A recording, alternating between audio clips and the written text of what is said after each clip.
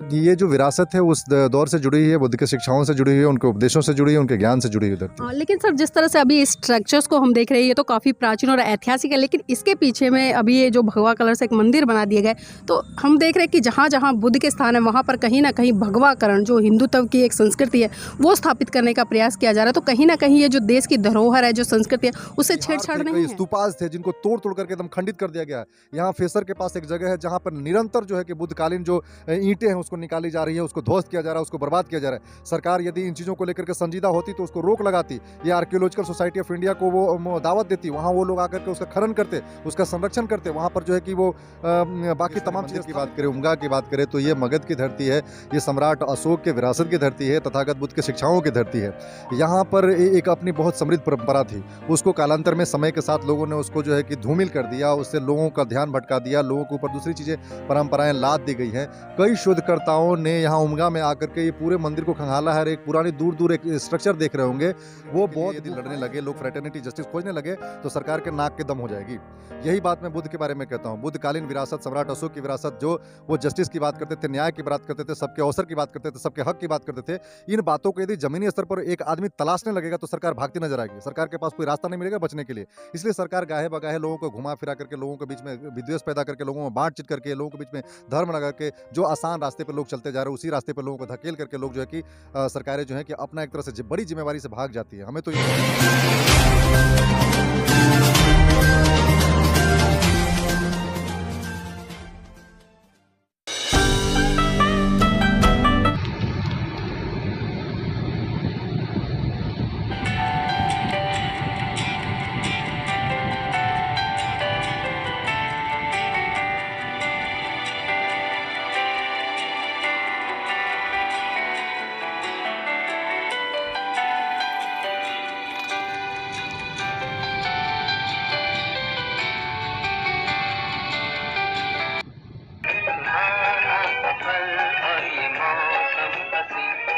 हमें डर है हम खो न जाए कहीं, सुहाना सफर।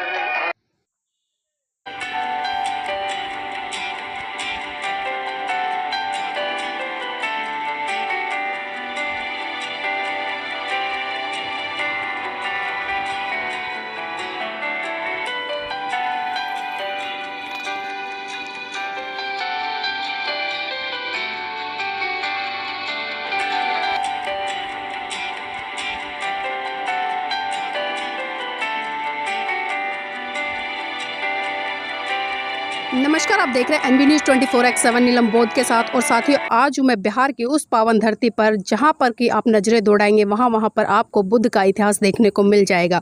और मेरे साथ में डॉक्टर जन्मय जी है, उन्हीं से जानना चाहूँगी सर, जिस तरह से हम यहाँ का जो वातावरण देख रहे हैं, किस तरह से जो पहाड़ी इलाका है, चारों तरफ बहुत सारी चीज़ें दिखाई दे रही हैं, एक मंदिर भी है और जो ये मंदिर हमें दिखाई दे रही है तो बहुत ही ऐतिहासिक है। तो सर इसके पीछे का जो इतिहास है वो वास्तविक इतिहास क्या है? जैसा कि आपने इसकी भौगोलिक स्थिति के बारे में बताया कि ये औरंगाबाद से तकरीबन 27-28 किलोमीटर की दूरी पर है और हम महज 65 से 70 किलोमीटर दूर हैं बोधगया से। बोधगया वही ज्ञान की धरती है जहाँ तथागत सिद्धार्थ गौतम बुद्ध को ज्ञान की प्राप्ति हुई थी बोधि वृक्ष के नीचे, और उनका प्रभाव जब दुनिया के तमाम देशों में है, पूरे एशिया पर उनका बहुत गहरा प्रभाव था, तो 60 किलोमीटर की दूरी पर क्या उनका प्रभाव नहीं होगा? ये पूरी जो धरती है मगध की धरती है, विरासत से भरी हुई धरती है, और ये बुद्ध की धरती थी। बुद्ध के ज्ञान का असर बहुत दिनों तक था। कालांतर में लोगों ने अंधविश्वास पाखंड फैला करके बुद्ध के जो प्रतीकें थी उनको गबन कर लिया, जो उनके स्तूपें थी उन सबको जो है कि दूसरे देवी देवताओं के रूप में लोगों ने हस्तांतरण कर लिया, मैं तो ये कहूँगा। और आज हम यहाँ उमगा में है, उमगेश्वरी मंदिर है, और ये मंदिर भी 12वीं शताब्दी के मंदिर है। इसकी जो शैली है, बनावट की शैली जो है, 12वीं शताब्दी में बनने वाले तमाम मंदिरों को जब इसे तुलना करेंगे तो आप पाएंगे कि बिल्कुल एक समानता है। यहाँ देव में भी एक मंदिर है, ये उमगेश्वरी मंदिर है, और एक दो और मंदिर है जो उस काल की बनी हुई है। उन सब के पत्थरों की जो बनावट है, उसकी जो टेक्सचर है और ये जो शैली है, ये बिल्कुल जो आप देखें कि 12वीं शताब्दी की बनी हुई मंदिरों से मिलती जुलती आपको यहाँ पर देखने को तमाम मिलेगा। और तो ये जो विरासत है उस दौर से जुड़ी हुई है, बुद्ध की शिक्षाओं से जुड़ी हुई है, उनके उपदेशों से जुड़ी हुई है, उनके ज्ञान से जुड़ी हुई है। लेकिन सर जिस तरह से अभी स्ट्रक्चर्स को हम देख रहे हैं ये तो काफ़ी प्राचीन और ऐतिहासिक है, लेकिन इसके पीछे में अभी ये जो भगवा कलर से एक मंदिर बना दिए गए, तो हम देख रहे हैं कि जहाँ जहाँ बुद्ध के स्थान है वहाँ पर कहीं ना कहीं भगवाकरण जो हिंदुत्व की एक संस्कृति है वो स्थापित करने का प्रयास किया जा रहा है। तो कहीं ना कहीं ये जो देश की धरोहर है, जो संस्कृति है, उससे छेड़छाड़ नहीं है? हाँ, देखिए ये बड़ी पुरानी परंपरा रही है। आप देखेंगे जितने भी विहार थे, जितने भी बौद्ध से जुड़े हुए जितने भी जो स्तूप थे, उन सब में आप आज गहराई से जाकर देखेंगे तो फ़ोटोग्राफ़ी वर्जित है। और जब आप माइक्रो लेवल पे जाकर उसका एनालिसिस करेंगे तो देखेंगे कहीं न कहीं बुद्ध को ही कपड़ा पहना करके, बुद्ध को ही एक्स्ट्रा जो है कि आँख लगा करके, हाथों में कुछ और थमा करके, साड़ी पहना करके, सिंदूर लगा करके, उनका कहीं न कहीं एक तरह से ब्राह्मणीकरण कह सकते हैं। ये आपको बहुत जो है कि दृष्टिगोचर होगा ये चारे। तो इससे कोई मुँह नहीं मोड़ सकता है कि बड़े मंदिर जो हैं, बड़े जो मठ हैं, उन सबको आज मंदिरों में रूपांतरित कर दिया गया है, इसमें कोई शक नहीं। तो यहाँ भी उसी का एक चीज़ है कि ये पुरानी 12वीं शताब्दी के मंदिर के बीच में एक नया स्ट्रक्चर लगा करके जो है कि इसका हस्तांतरण कर लिया गया है, एसिमिलेशन कर लिया गया है अपने धर्म में, और आज इसको मंदिर के रूप में लोग पूज रहे हैं और इसमें जो है कि अपनी मुक्ति ढूँढ रहे हैं लोग।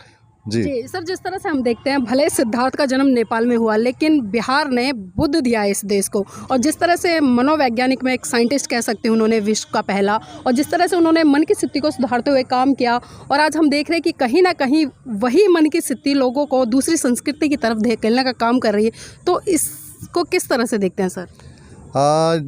देखिए कई ये इस खास जगह की यदि हम बात करें, उमगेश्वरी मंदिर की बात करें, उमगा की बात करें, तो ये मगध की धरती है, ये सम्राट अशोक के विरासत की धरती है, तथागत बुद्ध के शिक्षाओं की धरती है।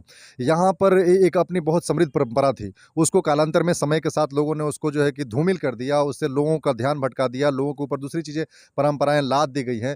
कई शोधकर्ताओं ने यहाँ उमगा में आकर के ये पूरे मंदिर को खंगाला है। एक पुरानी दूर दूर एक स्ट्रक्चर देख रहे होंगे, वो बौद्ध गुफाएं हैं। वहाँ लोगों ने उसमें देखा है कि बुद्ध के समय बुद्धकालीन जो प्रतीकें हैं वो यहाँ पर मिली हैं।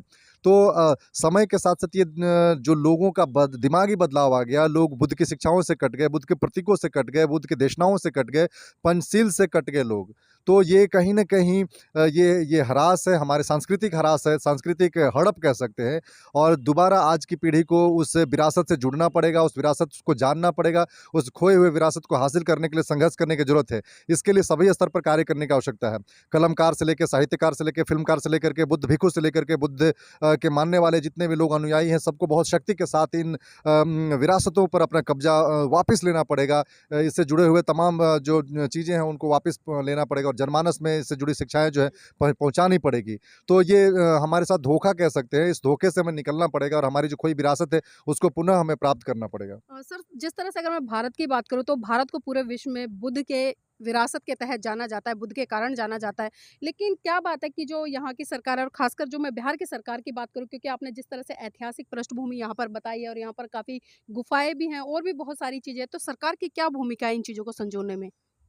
मुझे ये बात कहने में संशय नहीं हो रहा है कि जिस प्रकार से बिहार जो है कि बुद्ध की भूमि रही है, सम्राट अशोक की भूमि रही है, चंद्रगुप्त मौर्य की भूमि रही है, उस हिसाब से सरकार की बड़ी उदासीनता रही है। सरकार ने कभी ऐसे बड़े महोत्सव नहीं कराए जो बुद्ध के प्रतीकों को स्थापित करने वाला हो। सम्राट अशोक को लेकर के कभी कोई ऐसी धर्म यात्रा नहीं निकली, ऐसा कोई भी कार्यक्रम नहीं हुआ जिसमें कि वो उस विरासत पे नाज कर सके। तो हमें लगता है कि सरकार की बड़ी उदासीनता है। और बिहार के कोने-कोने में, मैं औरंगाबाद में कह रहा हूँ, औरंगाबाद में आप पता करेंगे, इतिहास के पन्नों को जब पलटेंगे तो ये तो बोध गया तो से तो प्रारंभ होता है। आप सासाराम में, आप पलामू के खंडरों में देखिए, आप यहाँ मदनपुर में देखिए, और यहाँ आप आमस एक जगह है, आप यहाँ पर रफ़ीगंज एक जगह है। इन सभी जगहों पर बुद्ध के संकेत आपको खुद मिलेंगे, बुद्धकालीन आपको जो प्रतीकें हैं वो मिलेंगी। कई यहाँ पर जो विहार थे, कई स्तूपास थे जिनको तोड़-तोड़ करके एकदम खंडित कर दिया गया है। यहाँ फेसर के पास एक जगह है जहाँ पर निरंतर जो है कि बुद्धकालीन जो ईंटें हैं उसको निकाली जा रही है, उसको ध्वस्त किया जा रहा है, उसको बर्बाद किया जा रहा है। सरकार यदि इन चीज़ों को लेकर के संजीदा होती तो उसको रोक लगाती, या आर्कियोलॉजिकल सोसाइटी ऑफ इंडिया को वो दावत देती, वहाँ वो लोग आकर के उसका खनन करते, उसका संरक्षण करते, वहाँ पर जो है कि वो बाकी तमाम चीज़ें स्थापित करते जिससे बुद्ध कालीन जो चीज़ें हैं उसको बचाया जा सके, सुरक्षित किया जा सके। इन चीज़ों का पहल नहीं हो पाना, बुद्ध की विरासत को मिटाया जाना, बुद्ध की विरासत को सामान्य खंडहर समझ करके उसको ध्वस्त किया जाना, और सरकार की चुप्पी, ये जताता है कि कहीं न कहीं इसको लेकर के सरकार संजीदा नहीं है। सरकार जो है कि बुद्ध के विरासत को लेकर के, सम्राट अशोक की विरासत को लेकर के, चंद्रगुप्त मौर्य की उस सशक्त पहचान को कहीं न कहीं वो हल्के में ले रही है, और ये बड़ा दुखद बात है। जी, सर ऐसा सरकारें क्यों करी है? अगर हम बुद्ध की आइडियोलॉजी की बात करें, उनके सिद्धांतों की बात करें, वो मानव एक समान की जो आइडियोलॉजी है वो देती है, करुणा मैत्री भाईचारे का संदेश देती है। तो इन चीज़ों को स्थापित करने में आखिर सरकार को क्या दिक्कत है? डरती है क्या बुद्ध से? संविधान हमारा इतना अच्छा है, इक्वलिटी, फ्रैटर्निटी, जस्टिस की बात करता है। जी। संविधान को लोग लागू क्यों नहीं करते हैं? संविधान को लागू करने में उनको दिक्कत क्या चाहिए? संविधान को लागू करने में दिक्कत यही है कि लोग इक्वलिटी के लिए यदि लड़ने लगे, लोग फ्रेटर्निटी जस्टिस खोजने लगे, तो सरकार के नाक के दम हो जाएगी। यही बात मैं बुद्ध के बारे में कहता हूँ। बुद्धकालीन विरासत, सम्राट अशोक की विरासत, जो वो जस्टिस की बात करते थे, न्याय की बात करते थे, सबके अवसर की बात करते थे, सबके हक की बात करते थे। इन बातों को यदि जमीनी स्तर पर एक आदमी तलाशने लगेगा तो सरकार भागती नजर आएगी। सरकार के पास कोई रास्ता नहीं मिलेगा बचने के लिए। इसलिए सरकार गाहे-बगाहे लोगों को घुमा-फिरा करके, लोगों के बीच में विद्वेष पैदा करके, लोगों में बाँट-चीत करके, लोगों के बीच में धर्म लगा के, जो आसान रास्ते पे लोग चलते जा रहे हैं, उसी रास्ते पे लोगों को धकेल करके लोग जो है कि सरकारें जो है कि अपना एक तरह से बड़ी जिम्मेवारी से भाग जाती है। हमें तो यही लगता है। इसलिए लोगों को ही अपनी जिम्मेवारी पहचाननी पड़ेगी और जो खोई हुई चीज़ें हैं, जो मुश्किल में पड़ी हुई चीज़ें हैं, उनसे निकाल करके लोगों को आगे लेकर के बढ़ना पड़ेगा।